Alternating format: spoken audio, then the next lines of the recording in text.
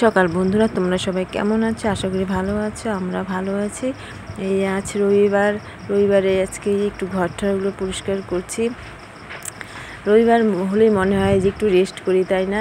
যে আজকে মেয়ের স্কুল নাই, আজকে একটু দেরি করে উঠবো। কিন্তু রবিবার হলে আমার আবার তাড়াতাড়ি উঠতে হয়, তখন আবার আমার 6:30টার মধ্যে উঠতে হয়, কারণ মেয়ের টিচার আসে 7টার দিকে। তখন উঠে মেয়ে একটু ফ্রেশ হয়, মেয়ে কিছু একটা খায়, তাই না? কারণ পড়াশোনা করে, সেদিন আবার তাড়াতাড়ি উঠতে হয়। এই যে মেয়ে এখন ড্রয়িংয়ে যাবে, মেয়ের হাতে একটু জলের বোতল দিলাম যে বাবা ড্রয়িংয়ের মাঝে মাঝে একটু জল খেয়ে নেবে, প্রচণ্ড গরম পড়েছে। যাই হোক, ওইদিকে ওর বুনু সাথে সাথে যাচ্ছে, মানে আমার ভাগ্নি যাচ্ছে। এখন এই মেয়ের বইগুলো প্রাইভেট পড়ে উঠলো, মেয়ের বইগুলো এখন জায়গা মতো রেখে দিই।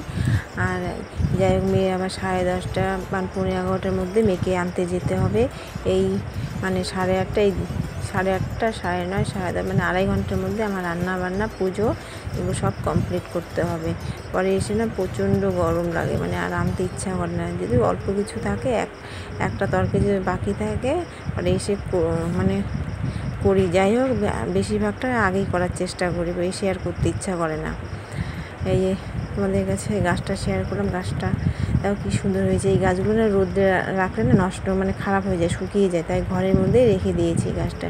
এই আমার ঘর গোছানো কমপ্লিট।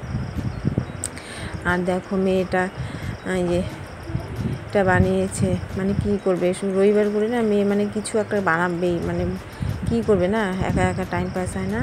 আর এদিকে আমার রান্না বান্না না, পুজো দেওয়া হলো, সরি। আর এদিকে 2 কড়াই বসিয়ে দিয়েছে রান্না, তাড়াতাড়ি করে মেয়েকে আনতে যেতে হবে। আর এদিকে মেয়ে কয়েকদিন ধরে চুল কাটার বায়না করছিল, তা আমি যখন বলছিল, তা আমি মনে ভাবি না চুলটা কাটলেই ভালো। এখন তো ছোটো আছে না, 7, 8 উঠলে তখন তো চুলটা বড় করবেই, তাই আমি আর কিছু বলিনি। এমনি কাটতে চাইছে, তাই কাটো।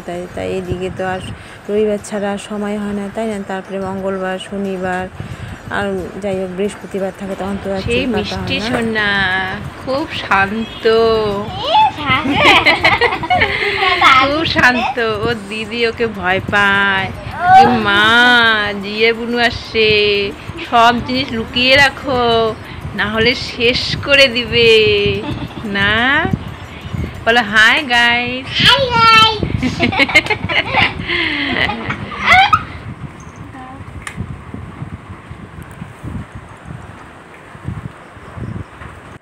এই যে এদিকে মেয়ের চুলটা একটু মানে স্নান করছে, স্নান করার পরে দেখছি 2-1টা চুল এদিক মানে বড় লম্বা লম্বা হয়ে আছে, তাই মেয়ের চুল একটু সার্চ করে আবার কেটে দিচ্ছি। তা অনেকটা কাটতে হয়েছে চুলটা। মেয়ে বলছে, মা তুমি ভালো করে মানে কেটে দিলে, ওখানে ভালো একটা কাটবে। যাই হোক, আর এখানে দেখো আমার ভাগ্নি কিন্তু ক্যামেরাটা ধরছে, কিন্তু হ্যাঁ, ভাগ্নির 3 বছর। দেখো আমার কেমন করে ধরছে, দেখো তোমরা কমেন্ট করে বলো। আর ভাগ্নি বলছে, হ্যালো গাইজ, কেমন আছো তোমরা?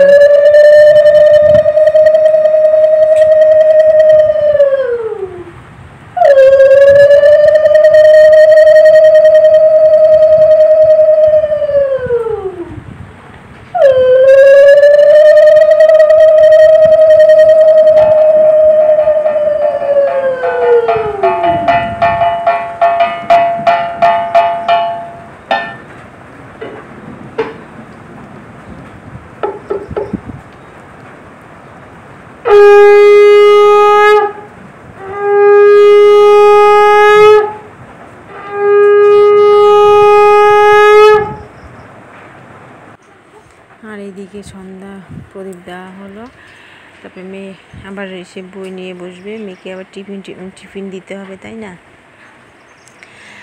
একটু সন্ধ্যা দিয়ে একটু মেয়ে বাইরে আছে, মেয়েকে আবার বাইরে ডাকতে যেতে হবে, কারণ মেয়ের পড়া আছে, আবার সোমবারে পড়া থাকে, পড়াগুলো কমপ্লিট করাতে হবে মেয়েকে।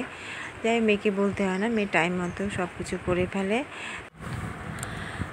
তারপর মেয়ে এখন সন্ধ্যাবেলা কী খাওয়ার বায়না করে না করে, যাই হোক যেটা বলবে সেটা বানিয়ে দিতে হবে। তারপর মেয়েকে ডাকতে বাইরে আসলাম। দেখো কি সুন্দর চাঁদ মামা উঁকি দিচ্ছে, কি ভালো লাগছে না? আর এখানে সবাই আমরা বসে আছি, জেঠি শাশুড়ি, আমার শাশুড়ি মা, সবাই যাই হোক বসে আছি। তারপরে ঘরে আসলাম, মেয়ে বই নিয়ে বসলো, আর আমি এদিকে মেয়ের খাবার, বাবার খাবার সব বানাচ্ছি। বাবা তো রাতে রুটি খায়, আর আমি, মা, মেয়ে ভাত খাই, আমার বাবার জন্য রুটি বানাই। আর রাতে ভাত আর রুটি এগুলোই হয়, আর সবজি দিনেরই থাকে, ও রাতে আর সবজি বানাই না। তারপরে যে মেয়ে ঘরে আসলো, দেখো মেয়ে আবার আসলো, এসে পিছন দিকে চুপ করে এসে আমাকে এই দেখো ক্যামেরা করেছে। মেয়ে দেখো কেমন ক্যামেরা করছে, তোমরা একটু কমেন্টে জানিয়ে দিও তো।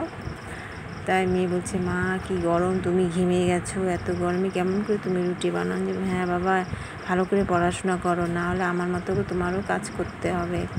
আর মেয়ের যাই কয়েকটা জামা কাপড় ছিল, ভাঁজ করে রাখলাম। মেয়ে আর রাত্রেবেলা জামা কাপড়গুলো ভাঁজ করে রেখে দিচ্ছে, মেয়ের দিকে শুয়ে পড়েছে। আর ভিডিওটি ভালো লাগলে লাইক কমেন্ট